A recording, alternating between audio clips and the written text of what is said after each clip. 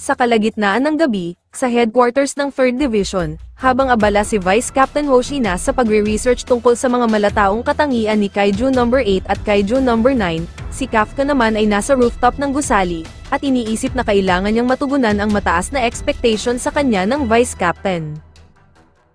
Subalit bago pa man siya makabalik sa dormitoryo upang magpahinga, napansin niya ang mabilis na pagbagsak ng tila mga bulalakaw, na tumama sa iba't ibang bahagi ng headquarters at mga nakapaligid na gusali. Nagising agad ang mga officers dahil sa nangyayaring pagsabog, habang agad na inulit ni Okanogi kay Hoshina na ito ay isang pag-atake ng mga kaiju, na kung saan ang bawat isa sa mga ito ay may lakas na higit sa 6.0, na nangangahulugang ang mga ito ay nasa kategorya ng Hanju. Dahil wala si Captain Mina sa base ay pinamunuan ni Hoshina ang pagkilos, at agad na pinaghanda ang mga off-duty officers upang lumaban. Ngunit dahil wala silang natatanggap na kahit anong ulat na pag-atake sa labas ng base, napagtanto ni Hoshina na ang target lamang ng mga kaiju ay ang kanilang headquarters.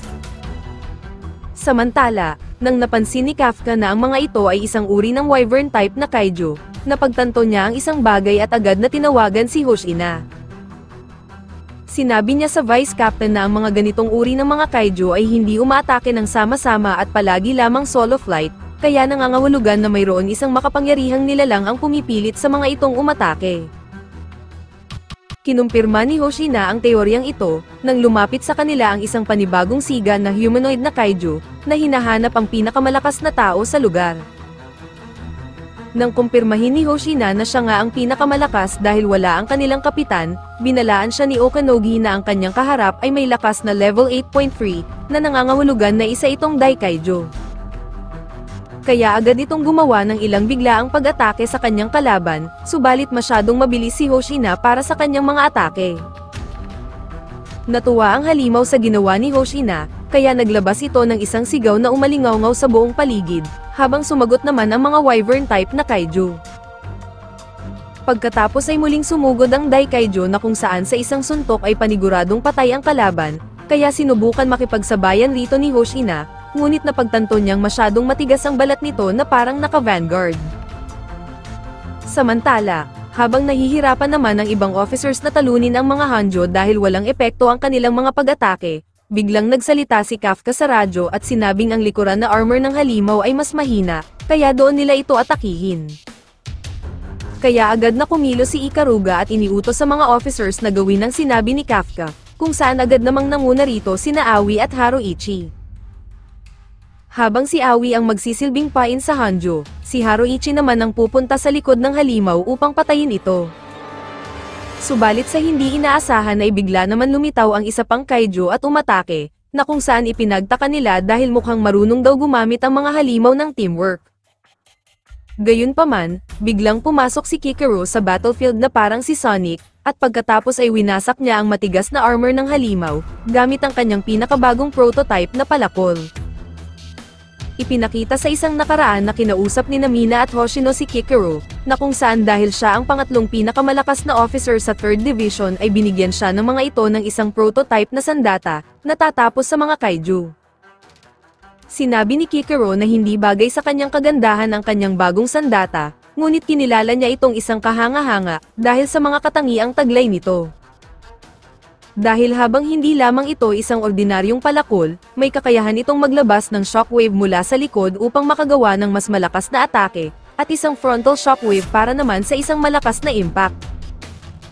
Napahanga ni Kikero ang dalawang kasamang nakatunganga, kung saan sinabi ni Ichikawa na bagay sa kanya ang bagong sandata dahil sa kanyang agresibo at dominanteng personalidad.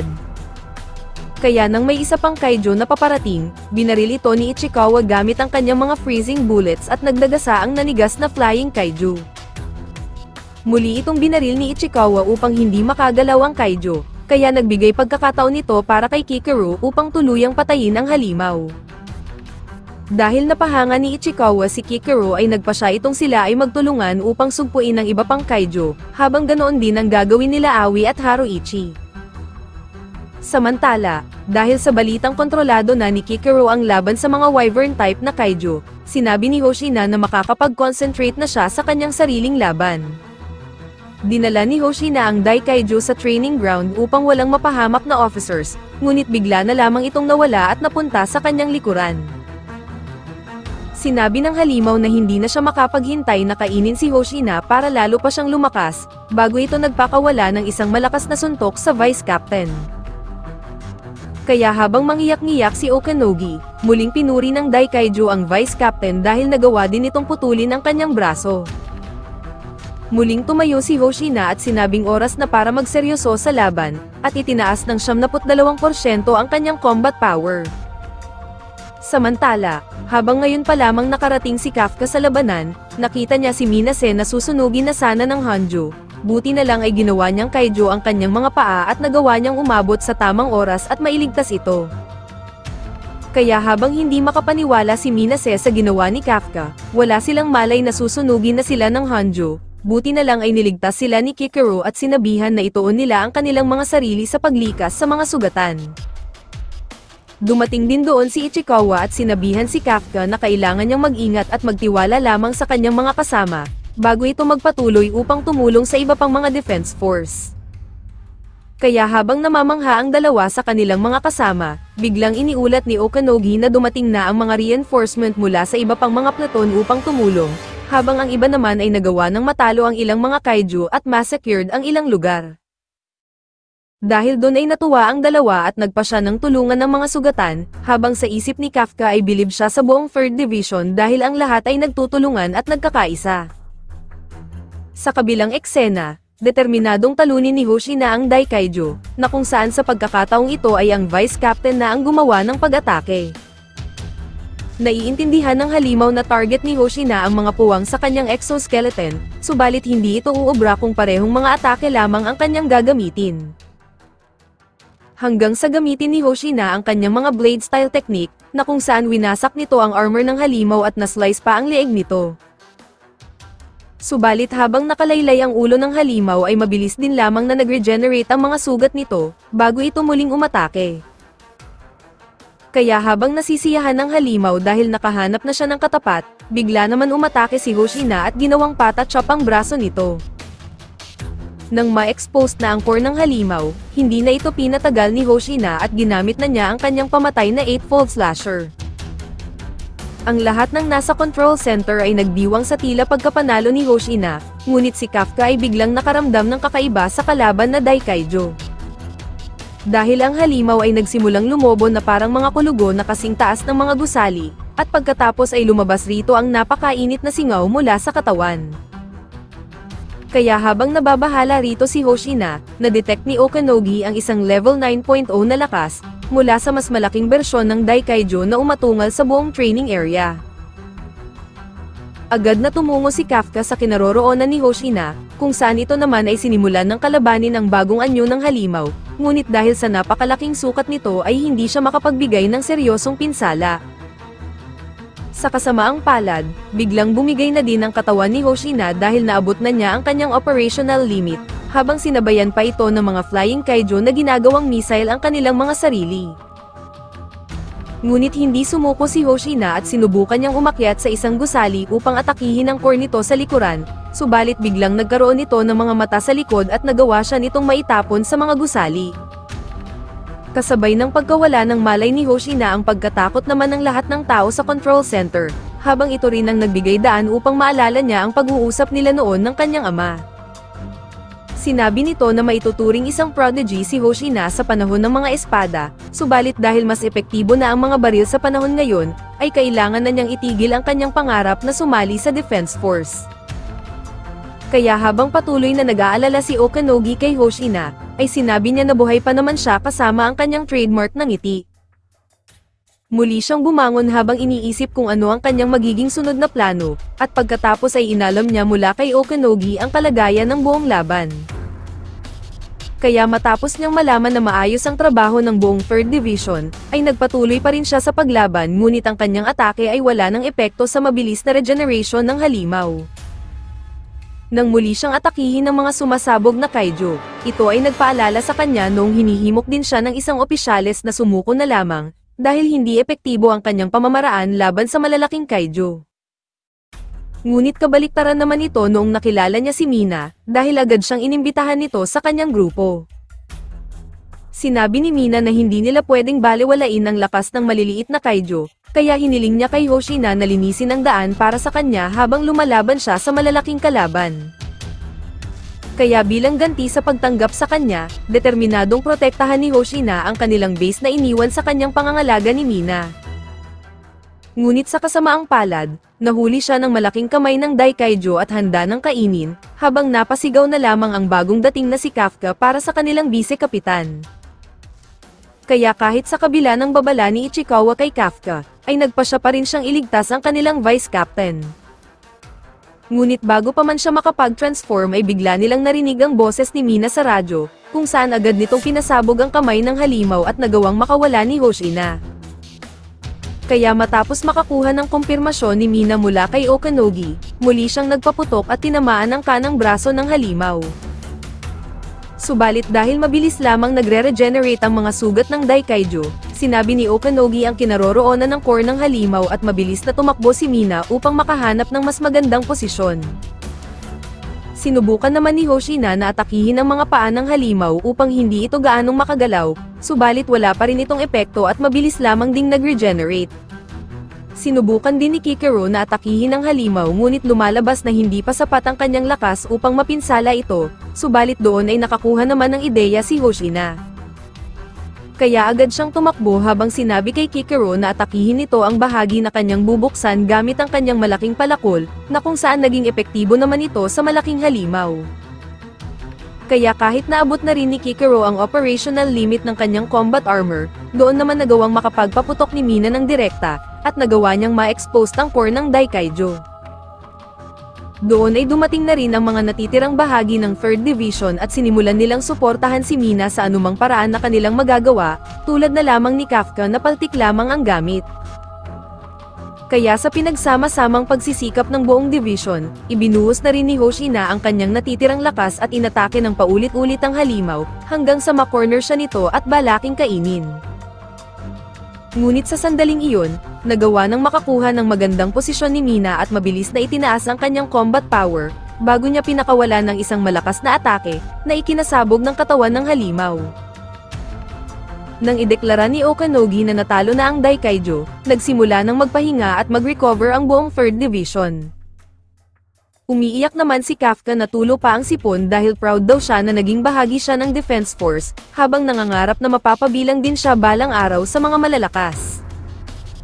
Subalit sinabi ni Ichikawa na ang pangit niya daw pala umiyak, bago nito sabihin na mapapabilang din sila sa mga malalakas balang araw.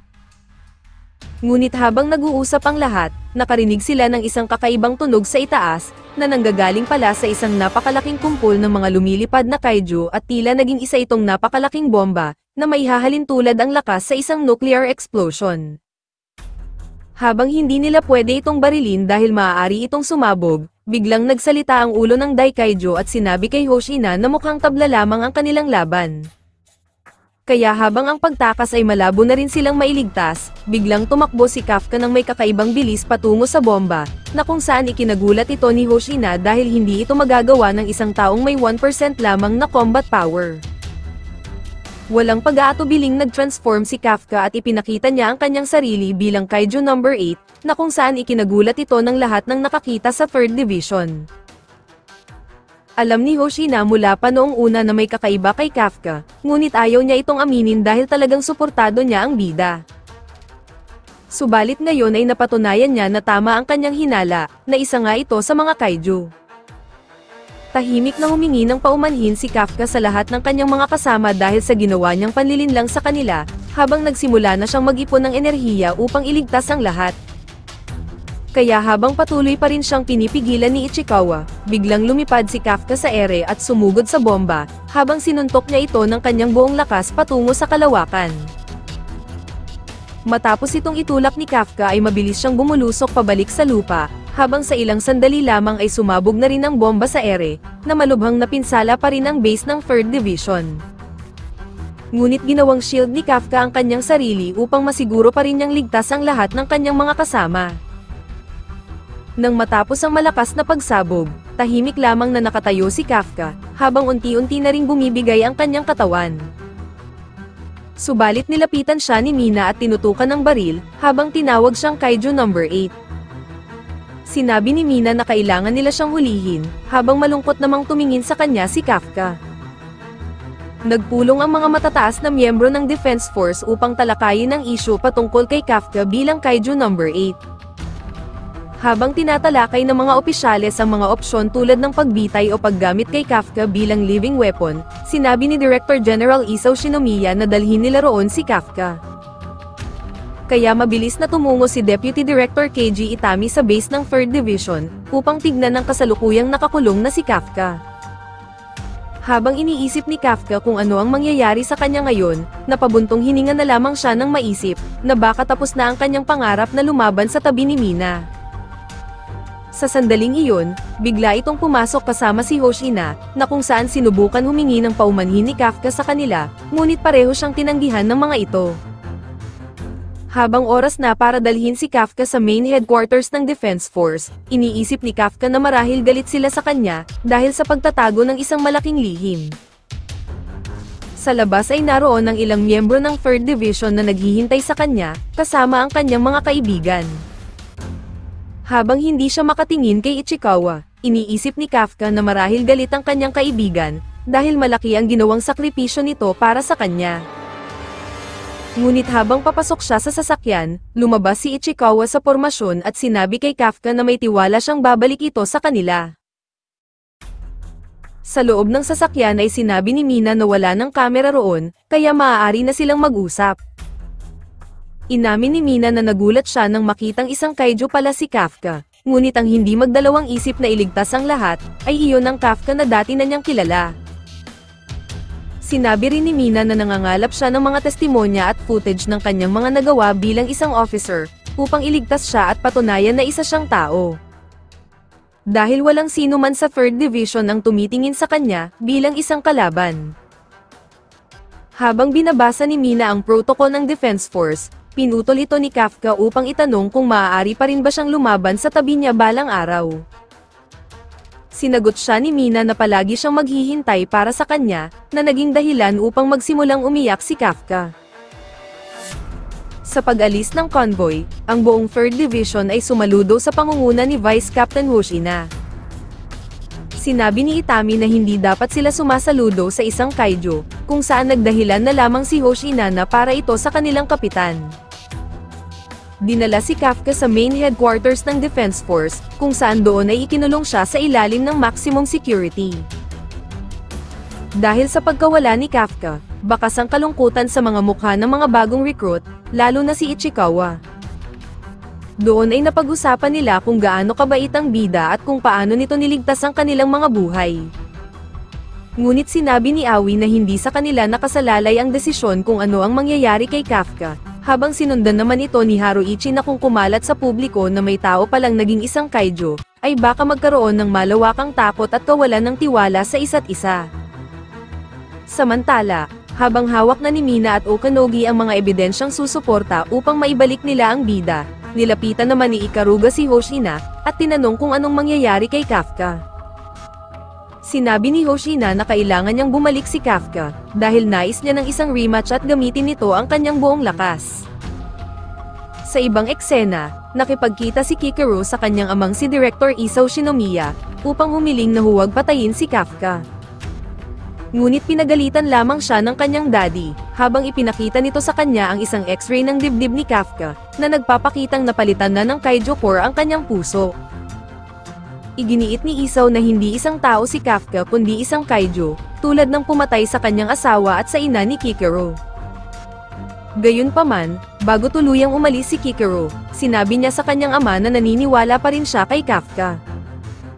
Speaking of Kafka, habang dadaan na naman siya sa panibagong physical exam, itinoon niya na lamang ang kanyang isip kung gaano siya ka-excited na muling makita ang kanyang mga kaibigan, kaya hindi siya maaaring sumuko. Samantala, ikinagulat ng mga bagong recruit na pansamantala silang ililipat sa iba't ibang dibisyon para sa kanilang pagsasanay, dahil ang Tachikowa base ay lubos na nasira sa naging pagsalakay ng mga kaiju. Dagdag pa ni Mina na posible pang masundan ito ng mas marami pang pag-atake ng mga kaiju sa hinaharap, kaya kailangan nilang kunin ang mga pinakamahusay na bagong miyembro mula sa lahat ng dibisyon at paunlarin pa ang kanilang kakayahan. Ngunit nang tanungin ni Haruichi kung may kinalaman ba ang kanilang paghihiwalay dahil kaibigan nila si Kafka, sinabi ni Mina na ang planong ito ay matagal nang pinaghandaan at walang kinalaman rito si Kafka. Gayunpaman, habang naging taliwas na sina Haruichi at Iharu sa ideyang paglipat, walang pag-aatubiling tinanggap naman ito ni Ichikawa, na ikinagulat ng kanyang mga kasama. Kinalaunan, habang tila may tatawagan si Haruichi sa kanyang cellphone, narinig niya si Aoi na nakikipag-usap sa dati nitong commander sa JSDF. Ibinunyag niya kay Haruichi na nakikipag-ugnayan siya sa lahat ng taong maaaring makatulong kay Kafka, dahil ayaw na niyang may mawala pang kahit sino, at kabilang rito si Kafka. Samantala, habang taimtim na nag-iisip si Kafka, ikinagulat niya nang biglang pumasok sa kanyang selda si Director Shinomiya. Habang naroon rin si Kikero na nanunood mula sa itaas, iniutos ni Shinomiya na pakawalan nila si Kafka, na kung saan naisip naman ito ng bida na isang pagkakataon, upang magpaliwanag na siya ay isang tao. Ngunit sa hindi inaasahan, agad siyang pinagbabaril ni Shinomiya, bago nito punitin ang kanyang sikmura para kumuha ng sample ng dugo. Sinabi ni Shinomiya kay Kafka na ang isang nilalang na kayang pigilan ang mga bala gamit lamang ang balat nito, ay hindi kailanman magiging isang tao.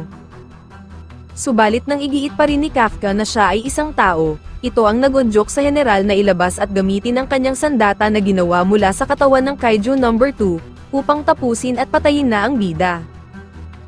Habang determinadong hindi siya magtatransform sa pagiging kaiju, bigla siyang inatake ng general na ikinaputol agad ng kanyang braso, habang sinabayan pa ito ng isang malakas na pagsabog. Kaya pagbagsak niya ay hindi niya namalayan na napuwersa pala siyang mag-transform upang makapag-regenerate, habang nagkomento naman ang dalawang mataas na ranggo na si Shinomiya pa rin ang pinakamalakas na sundalo sa Defense Force. Nang muling sumugod ang general, plano ni Kafka na takbuhan at ilagan hanggat maaari ang mga pag-atake nito, ngunit ang mabilis na paggalaw at malalakas na atake ng general ang talagang pumipilit sa kanyang mag-transform sa pagiging isang Kaiju No. 8. Doon ay bahagya siyang nakatikim ng isang direktang atake mula sa general na ikinalipad niya sa pader, ngunit nang muli siyang makailag ay bigla siyang nagtaka kung bakit ganoon ang reaksyon ng kanyang katawan, na tila lumalaban siya sa isang malakas na Kaiju. Kaya habang patuloy ang pagsugod ng general, kwinento ni Mr. Clean noong panahong nag-amok ang isang Daikaiju sa Sapporo, na kinalaunang tinawag na Kaiju No. 2. Matapos itong mapatay ng Defense Force ay ginawa itong isang malakas na sandata, na sinasabing si Shinomiya lamang ang tanging may kakayahan na makagamit ng sandatang ito. Kaya habang naiintindihan na ni Kafka ang mga numero na nakatatak sa mga sandatang ito, hindi niya namalayan ang isang direktang atake na naging sanhi ng pagkapukol ng kanyang mga paa. At dahil hindi na naiwasan pa ni Kafka ang sumunod na atake, napilitan ng magpakita ang Kaiju No. 8 upang masangga lamang ito, na kanina pang hinihintay ni Shinomiya. Ngunit nang napansin nila Kikero na may kakaiba kay Kafka, bigla itong umatungal ng sobrang lakas na ikinabasag ng mga salamin. Doon ay ipinakita na lumalabas na hindi na makontrol ni Kafka ang kanyang sariling katawan, habang lumapit sa kanya yung tropa niyang Kaiju at inuudyukang pumatay siya. Kaya habang nanggagalaiti sa galit ang Kaiju, walang habas itong sumugod kay Shinomiya, habang tinawag naman ni Kikero si Kafka sa kanyang pangalan. Samantala ay nag-uusap naman sina Ichikawa at Iharu tungkol sa kanilang alalahanin para kay Kafka, at kung bakit gustong lumipat ni Ichikawa sa ibang dibisyon. Sinabi ni Ichikawa na gusto niyang lumakas ng mabilis upang maprotektahan niya si Kafka, kung saan hindi naman makapaniwala si Iharu na iniisip niyang posible pang makabalik sa kanila ang bida. Habang naniniwala si Ichikawa na babalik sa kanila si Kafka, biglang dumating ang mga platoon leader kasama si Minase. Sinabi ng mga ito na marahil magiging maayos din ang lahat dahil ipinatawag na si Mina sa main headquarters, na kung saan tiyak na may magandang balita. Doon ay pinaghintay si Mina sa isang silid, habang hindi pa natatapos ng general ang pagsusuri sa mga kakayahan ni No. 8. Habang patuloy pa rin ang laban ng general at ng halimaw, nagawang ilagan ng general ang atake nito, ngunit ikinagulat niya nang inikot ni No. 8 ang kanyang katawan upang magbigay ng pangalawang atake. Kaya habang nag-aalala si Kikero para sa kanyang ama, makikitang nagawa nitong masangga ang atake ni No. 8, subalit muli itong nagpakawala ng maraming suntok sa general. Sa kabutihang palad, nagawang mailigtas ang general dahil sa malakas na shield ng kanyang sandata, habang nagbigay ito sa kanya ng pagkakataon upang makapagpakawala ng isang malakas na atake sa halimaw. Subalit napansin ng general na nawala ang core ng halimaw sa katawan nito, na kung saan bigla itong lumitaw sa kanyang likuran at nag-regenerate ng bagong katawan. Kaya habang pilit itong pinipigilan ni Kafka, nagsalpukan ng dalawa at nagresulta ito sa malakas na shockwave, habang ikinabahala ng ilan ang pinsalang tinatanggap ng shelter dahil lumampas ang pinagsamang lakas ng dalawa sa level 10 na kaiju. Ikinamangha ni Kikero ang lakas ng kanyang ama dahil nakikipagsabayan ito sa isang malakas na kaiju, habang may napansin namang kakaiba ang kalbong Itami sa general. Sinabi nito na kayang tapusin ng general ang buhay ni Kafka noong nasa anyong tao pa lamang ito, ngunit tila sinusubok ng general ang limitasyon ng kapangyarihan ni Kaiju No. 8. Doon ay napaisip si Kikero na baka isinaalang-alang ng kanyang ama ang kanyang pakiusap, at maaaring binibigyan nito si Kafka ng pagkakataong patunayan ang kanyang pagiging tao. Sa ibang dako ay sinabi ni Aoi na pumasok siya sa Defense Force upang magligtas ng mga tao, ngunit sa halip ay siya pa ang niligtas ni Kafka. Sinabi pa nito na hindi dapat nila husgahan ang pinagmulan ng isang tao kundi sa kanilang mga kabaitan, kung saan sumang-ayon naman rito si Haruichi. Nang magawang masugatan ng malubha ang general sa laban, nabahala rito ang mga direktor dahil lumalabas na ang lakas ng Kaiju No. 8, ay lagpas na sa kanilang inaasahan. Ngunit hindi sumuko ang general at patuloy na nilabanan ng mas lumaki pang halimaw, na kahit nakakatanggap siya rito ng mga mapinsalang atake ay ipinapakita pa rin niya kung gaano kalakas ang kapangyarihan ni Kaiju No. 2, sa pamamagitan ng kanyang sandata. Subalit wala itong epekto sa halimaw at bumugad din ito ng sariling energy blast, at pagkatapos ay nahuli nito ang general at binalagbag sa pader. Habang patuloy na nakikiusap si Kafka dahil maaari niyang mapatay ang general, bigla niyang napagtanto na naroon pala si Kikero. Kaya nangako si Kafka na hindi niya papatayin ang ama ni Kikero sa harapan nito, ngunit hindi iyon ang eksaktong ginagawa ng kanyang katawan. Bigla naman naalala ni Kikero ang kanyang mga sinabi kay Kafka na papatayin niya ito kung magsisimula itong manakit ng mga tao, ngunit pinilit pa rin niyang maniwala na maibabalik ni Kafka ang kontrol sa kanyang sarili. Kaya ibinigay din ni Kafka ang lahat ng kanyang makakaya upang siya ay makawala, ngunit siya ay napatigil nang biglang lumitaw si tropa sa kanyang harapan. Matapos niya maisip kung paano siya palaging nagkakamali sa pinakamahalagang sandali, bigla siyang kinain ng kaiju, na ipinapakita sa kanya na mangyayari na naman ito. Habang tila nawalan na ng pag-asa ang general kay Kafka at tila tanggap na ang kanyang magiging kamatayan, si Kafka naman ay patuloy na lumubog sa tubig at nawawalan na rin ng pag-asa. Ngunit bigla na lamang nagliwanag at sinagip siya ng batang Mina, habang sinasabi nito na palagi siyang maghihintay para sa kanya. Ito ang nagbigay kay Kafka ng lakas ng loob upang maibalik ang kontrol sa kanyang katawan, na kung saan bago pa man tapusin ng halimaw ang buhay ng general, ay pinukol ni Kafka ang atake sa kanyang sariling dibdib. Kaya habang hindi sila makapaniwala, sinabi ng bida sa general na hindi siya isang kaiju at siya ay si Kafka Hibino, bago ito tuluyang bumagsak at nawalan ng malay. Mabilis itong tinutukan ng isang malaking patalim ng sundalo, ngunit agad naman itong pinigilan ng general. Lumalabas na ito pala ang 1st Division Captain na si Narumi, na nagtanong sa general kung bakit tumanggi itong humingi ng backup. Sinabi ng general na kontrolado niya ang lahat ngunit kinilala niya na mas malakas pala ang Kaiju No. 8 kaysa sa kanyang inaasahan, bago ito tumawag ng medic para kay Kafka. Matapos ang pagsusuri, kinausap na ng mga nakakataas si Mina tungkol kay Kafka, kung saan nasabi nilang nakilala na pala niya ang bida bago pa man ito sumali sa Defense Force. Inamin ito ni Mina ngunit sinabi niyang hindi niya binigyan ng special treatment si Kafka, na nagpapatunay na ibinagsak niya ito sa entrance exam kung hindi lamang kay Hoshina. Habang sinabi ng mga nakakataas na halos tapos na ang kanilang desisyon at ang kanyang testimonya ay hindi mababago ang kapalaran ni Kafka, sumang-ayon naman rito si Mina at sinabing iuulat niya lamang ang tungkol kay Kafka bilang officer. Ipinaliwanag ni Mina na si Kafka ay isang masipag na opisyales na ilang beses nang nailigtas ang buhay ng kanyang mga kasama, lalo na noong iligtas niya ang buong 3rd Division mula sa atake na pinangalanan na nilang Kaiju No. 10. ngunit sinabi ng mga nakakataas na nagawa lang iyon ni Kafka dahil sa kapangyarihan ng kaiju, at marahil ay ginamit lang din nito ang kapangyarihan para mandaya at makapasok sa Defense Force. Subalit nilinaw ni Mina na kahit ilang beses pa itong bumagsak sa pagsusulit, nalaman nitong 0% ang kanyang combat power, at maging kaiju man ang kanyang katawan, ay hindi tumigil si Kafka sa pagsubok na magligtas ng mga tao.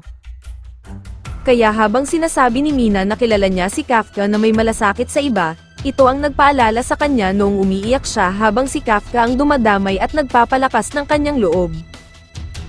Sinabi pa ni Mina sa pagmumukha ng mga nakakataas na mas may pagkatao pa si Kafka kaysa sa sinuman, at naniniwala siyang ang puso nito ang dapat maging dahilan sa pagdedesisyon kung maaari ba siyang pagkatiwalaan. Hindi maganda ang naging reaksyon rito ng mga nakakataas, ngunit nagpasalamat ang general kay Mina bago ito tuluyang i-dismiss. Matapos umalis ni Mina, ay sinabi ng mga nakakataas na dapat na nilang i-dispose si Kafka, ngunit ang desisyon pa rin ng general ang masusunod. Habang nagpapagaling si Kafka, naalala niya ang kanyang pangako kay Mina, habang sa kabilang banda na mas pipiliin niyang mamatay bilang isang tao, kung sakaling sakupin ang kanyang buong pagkatao ng kaiju. Nang magising si Kafka ay nagulat siya nang makita ang general sa kanyang tabi. Malaking ginhawa ito sa kanya na hindi niya napatay ang general dahil hindi niya kayang harapin si Kikero kung nangyari iyon, na ikinagulat naman ng General Daddy. Nang tanungin ni Kafka kung ano ang kahulugan ng kanyang patuloy na pagkabuhay, itinuro ng general na hindi sana siya mabubuhay kung hindi lamang napalitan ang kanyang puso ng core ng kaiju. Habang karamihan sa miyembro ng konseho ay nais siyang iligpit dahil isa siyang kaiju, lumalabas na nagpasya pa rin ng general na buhayin si Kafka upang lumaban para sa kanila at hindi din gawing sandata. Maraming tumutol sa desisyong ito ngunit nagpasya na ang general na maaari nilang makontrol si Kafka, na nagpapatunay na kasama na ito ng 3rd Division sa ilang misyon. Habang marami pa rin nababahala rito, sinabi ng general na dumarami na ang paglitaw ng malalakas na kaiju kaysa sa kanilang inaasahan, at magdudulot ng mabilis na pagkawala ng kanilang bansa. Kaya ang tanging paraan na maaaring magkaroon sila ng pag-asa ay kung gagamitin nila ang malakas na kapangyarihan ni Kafka, na kung saan napilitan tanggapin ng konseho ang desisyon ng general, ngunit maliwanag na hindi nila ito gusto. Tinawag ng general si Kafka sa kanyang pangalan sa unang pagkakataon, at sinabihan na patunayan ang kanyang halaga kung nais niyang mabuhay. Sumagot si Kafka na gagawin niya ang lahat upang matanggap nila siya bilang isang tao at bilang isang defense force. Kaya habang naglalakad si Mina, bigla siyang nakatanggap ng isang magandang balita, habang ibinahagi naman niya ito sa lahat tulad na lamang kay Kikero. Natutuwa si Kikero na ligtas na si Kafka, ngunit napagtanto niya na kailangan niyang maging mas malakas upang mapigilan ito kung kinakailangan. Natanggap din ni Haruichi at Aoi ang magandang balita at hindi sila makapaniwala sa saya, maging kung nasaan din ang iba pa ay natanggap din ang magandang balita, kung saan si Iharu ang unang nagsaya at sinabing babalik na daw ang matanda. Kaya habang alam ni Ichikawa na magagawa ito ni Kafka, natanggap na rin ni Okanogi at Hoshina ang balita. Subalit sinabi ni Hoshina na dito palang magsisimula ang mahirap na bahagi, dahil kung isang araw ay malaman ng publiko na may kaiju sa kanilang hanay, ay kailangan mapatunayan ni Kafka na siya ay kapaki-pakinabang upang walang tumanggi sa kanyang tulong. Kaya habang nakatulog na si Kafka sa sobrang kapaguran habang binabanggit ang kanyang pantasya, lumipat ang eksena sa kanyang mga dating katrabaho, na natalo ng isang may pangalang number 9 sa isang online chess. Lumalabas na ito pala si Kaiju number 9, na sinasabing ginamit niya ang laro para malaman ang antas ng talino ng tao. Habang natuklasan na din niya ang layout ng main headquarters ng Defense Force, ipagpapatuloy na niya ang kanyang plano sa susunod na yugto, at layuning ibalik sa kanilang panig ang mga namatay na kaiju. At dito na nagtatapos ang ating series. Like and share naman dyan. Maraming salamat sa palaging panonood.